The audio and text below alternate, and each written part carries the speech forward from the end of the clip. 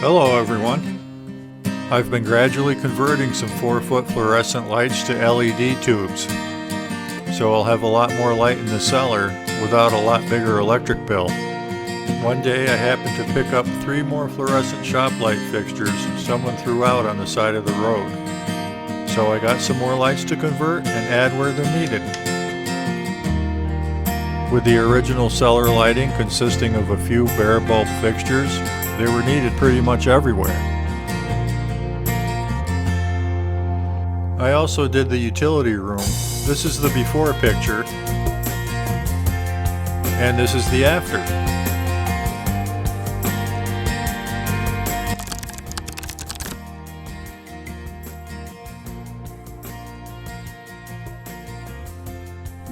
In this video, I'll be showing this old shop light being converted to new LED tubes. I don't care if it works beforehand or not, or that it's dirty and there's a little rust on the sheet metal. The same with this filthy light. It looks like it's been hanging in the bottom level of a cow barn for the last 50 years.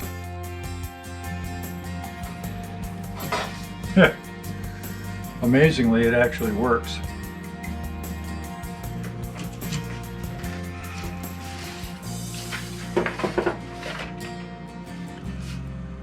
Well, it works, but it's flickering like crazy. The end of that tube is dark. This thing's burned out. Okay, so this one's going to be my first victim, and I'm going to convert it to use toggled LED tubes.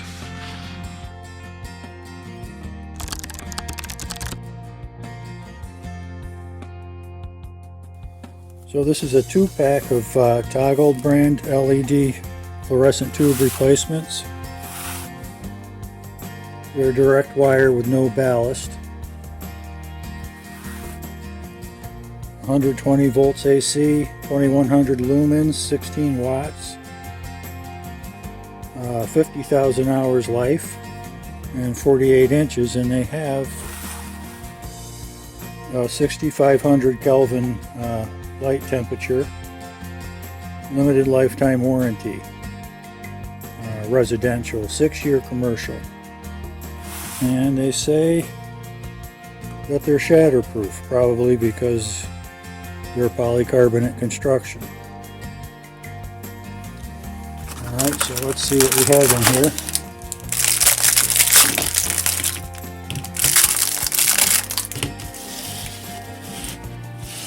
Wire nuts, some fluorescent light sockets called tombstones,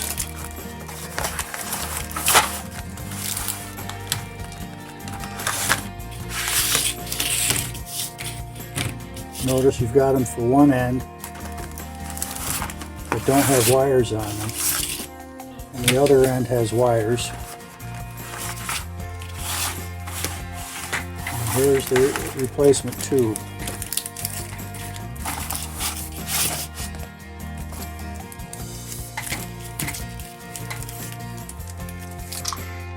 Comes with the instruction sheet wrapped around a tube, and it's actually scotch tape to hold it. There you go. And they have some plastic protectors over the terminals on the end.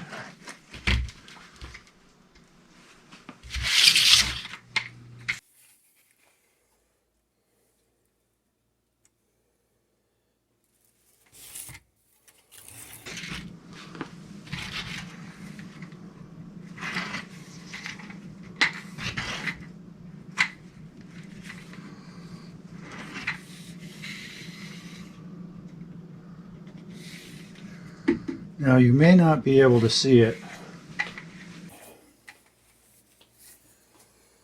Very lightly printed here, it says AC input. This end is the end that receives the power.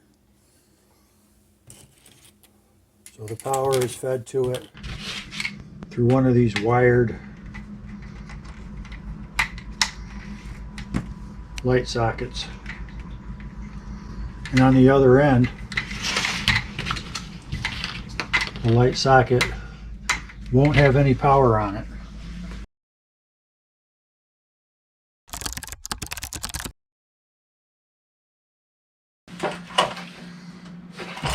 Start the disassembly. There's only a screw here and a screw down on the other end.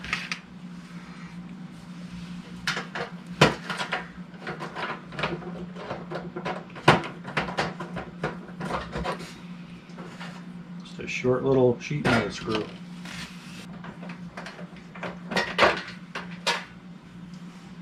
Tiny little things.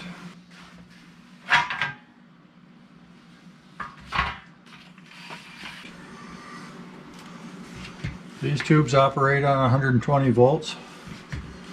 So the first thing we need to do is get rid of this ballast.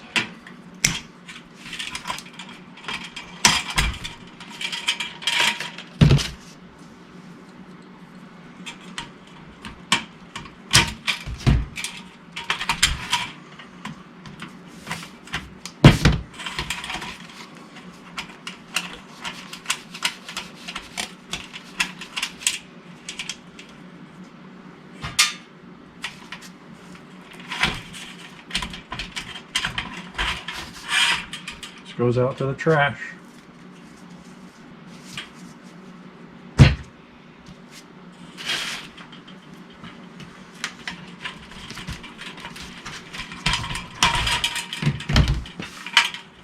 That's coming off.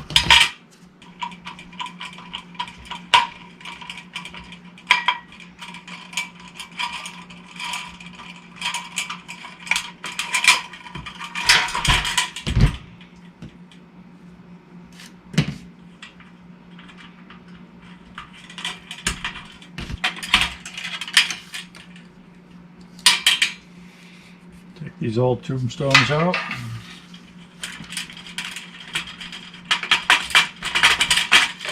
They just slide in and out.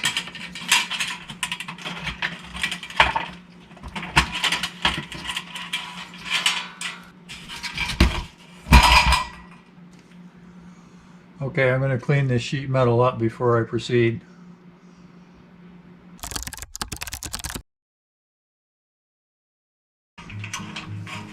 So this fixture seems a little unique in that it has a rolled opening here. There's a hole here, but the edge is rolled over, so it's smooth. So the cord entering it won't be cut by a sharp edge. And so with the cord coming in on this end, this will be the powered end. And so this being the powered end and where the cord comes in, this will be the end where we have these pre-wired lamp holders. And these just slide in the same way the original slid out.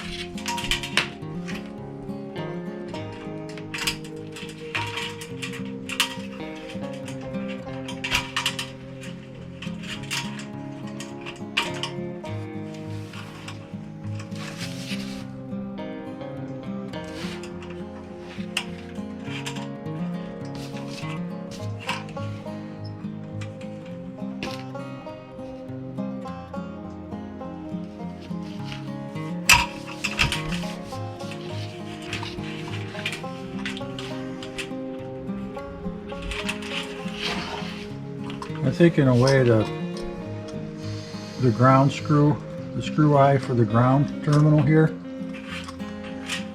is actually going to be holding this cable in.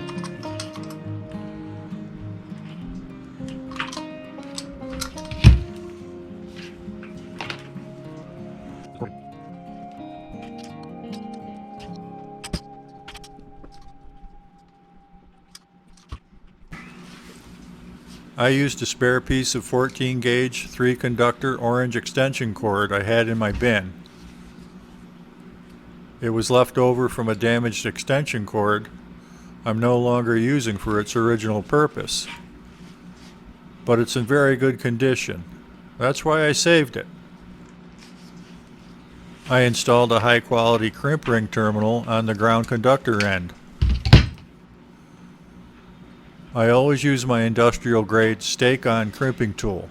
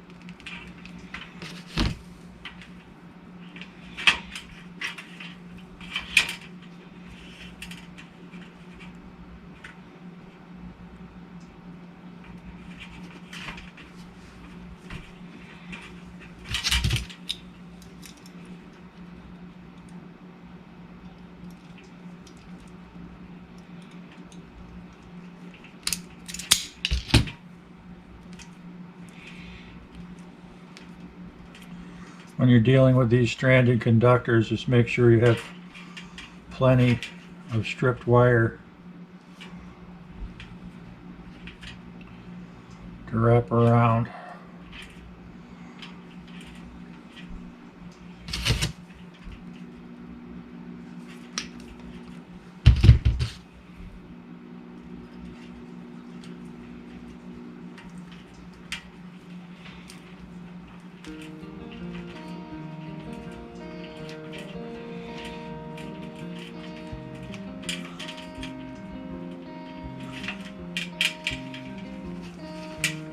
Give it a good tug, make sure everything's securely in there.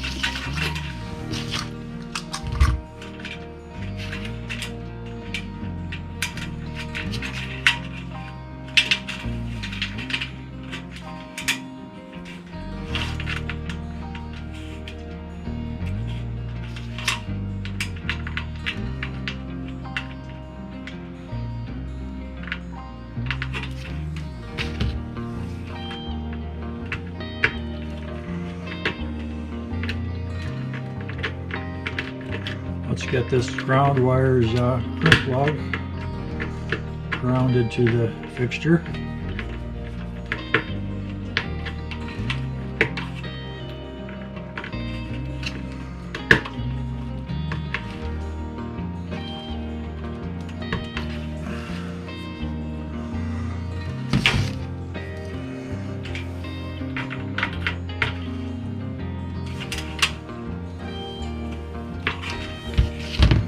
There we go. It's not pulling out. Normally that isn't how I would do this, but this is a unique fixture. It's a unique situation.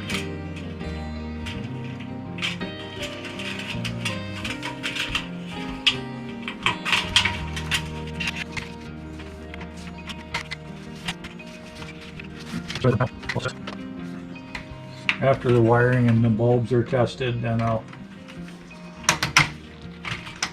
go ahead and put that reflector in.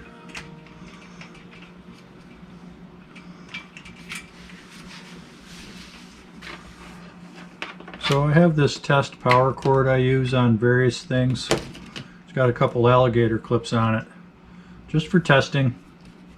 So I clipped it on to my new lamp cord.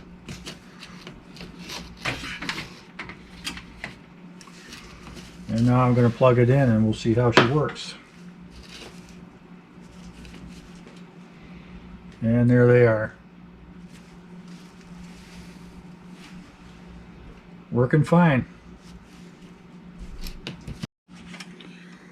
So I really didn't like leaving that cord loose in here, so I used a zip tie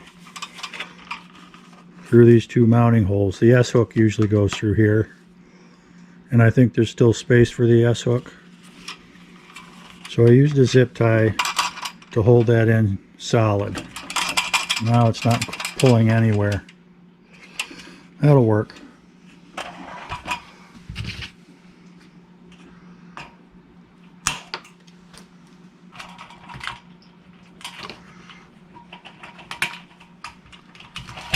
The S-hook really won't fit through both holes with the cable tie in there. So I added another hole to accommodate it. Just popping another hole in here so the S-hook has a alternate way to hook into this fixture.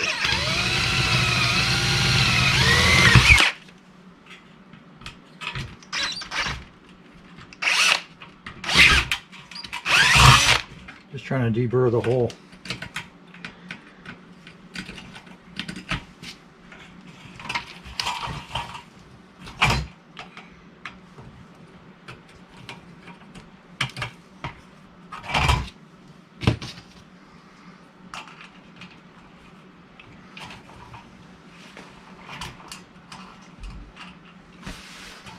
So now I have an S-hook to hang it with, and it is securely strapped in there. It's not going anywhere.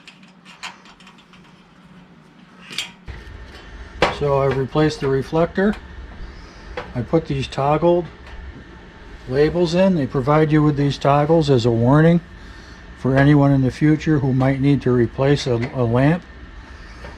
It says this luminaire has been modified to operate direct wire LED lamps. Do not attempt to install or operate fluorescent lamps in this luminaire. Replace using only toggled LED lamps. It's a warning.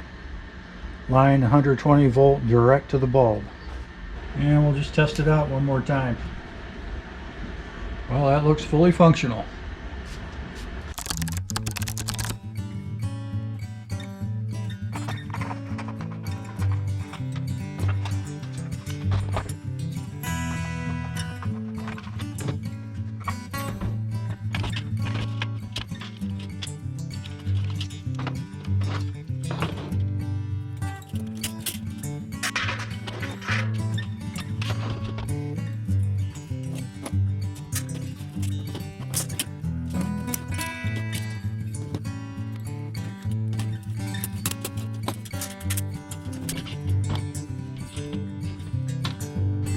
These two wire terminations are actually soldered, so I'm just going to use them as is, putting new wire nuts on them.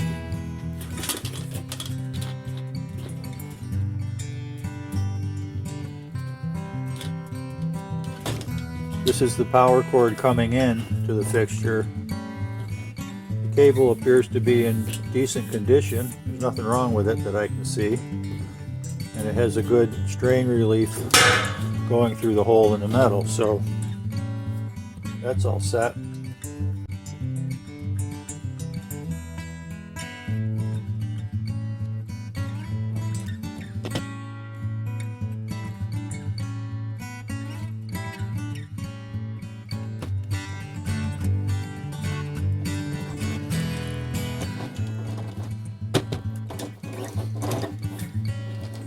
Good firm tug, they don't pull out.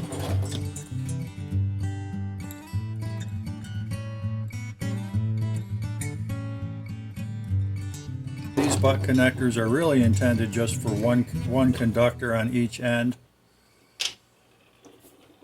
But I wanted to put these two 18 gauge solid conductors inside one crimp. So that's how I'm doing it. And this one here I doubled over just to take up more of the space in there because these crimps are so large. You can also just use the supplied wire nuts for these connections. Make sure it's in there. And this is aligned properly. Good crimp.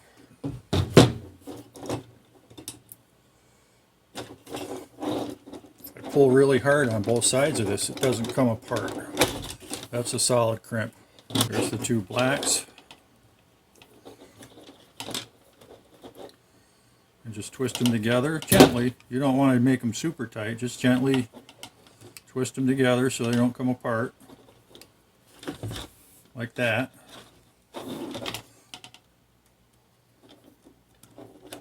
Push them in there as far as they'll go because the insulation will prevent them from going inside the actual connector.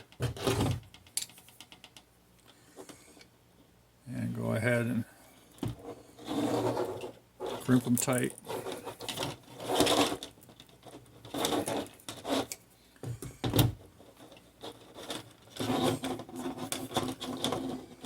It doesn't pull out, it's tight.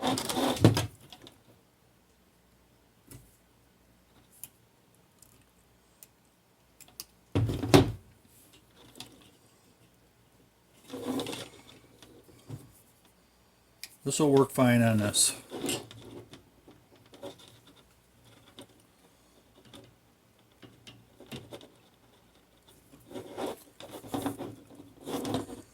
Make sure it's all the way in. Squeeze it tight. And you can look inside there and I can see that the insulation is not inside the crimp connector on both sides. So I didn't squeeze any insulation in that connection. Same on this one. So those are good crimps.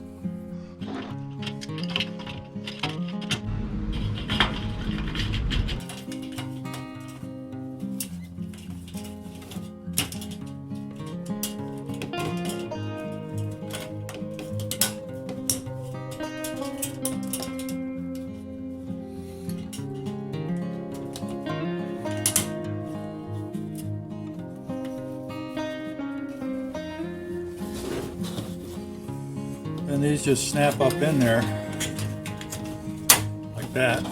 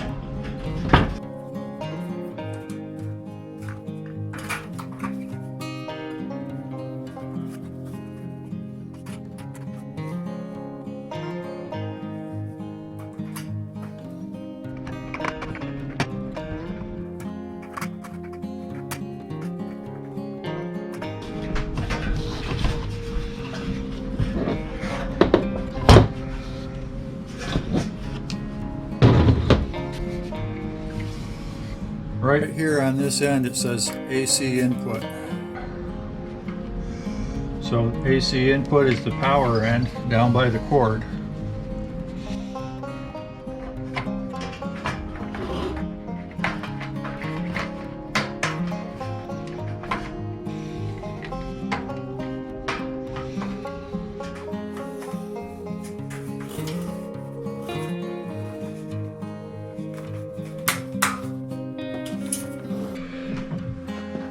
I'll go ahead and plug it in.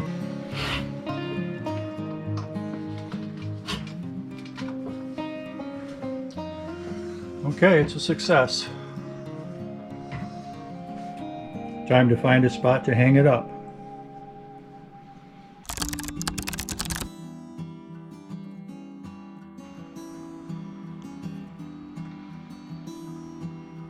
So I replaced that light fixture there.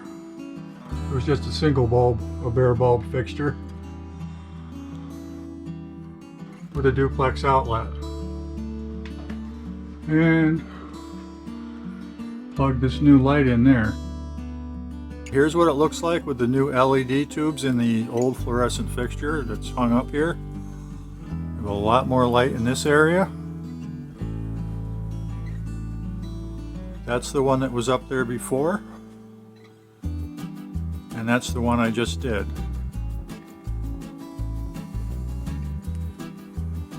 That's what it looks like above the work table here.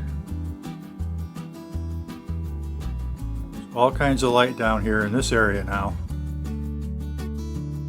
This is the before picture of the first fluorescent light I converted to LED tubes in this house. And here's the after picture with the new LED tubes installed. I think interior finish lights like these are the most fitting use for these LED conversions. They're brighter, there's no more flicker or hum, and this is where you get the most bang for the buck.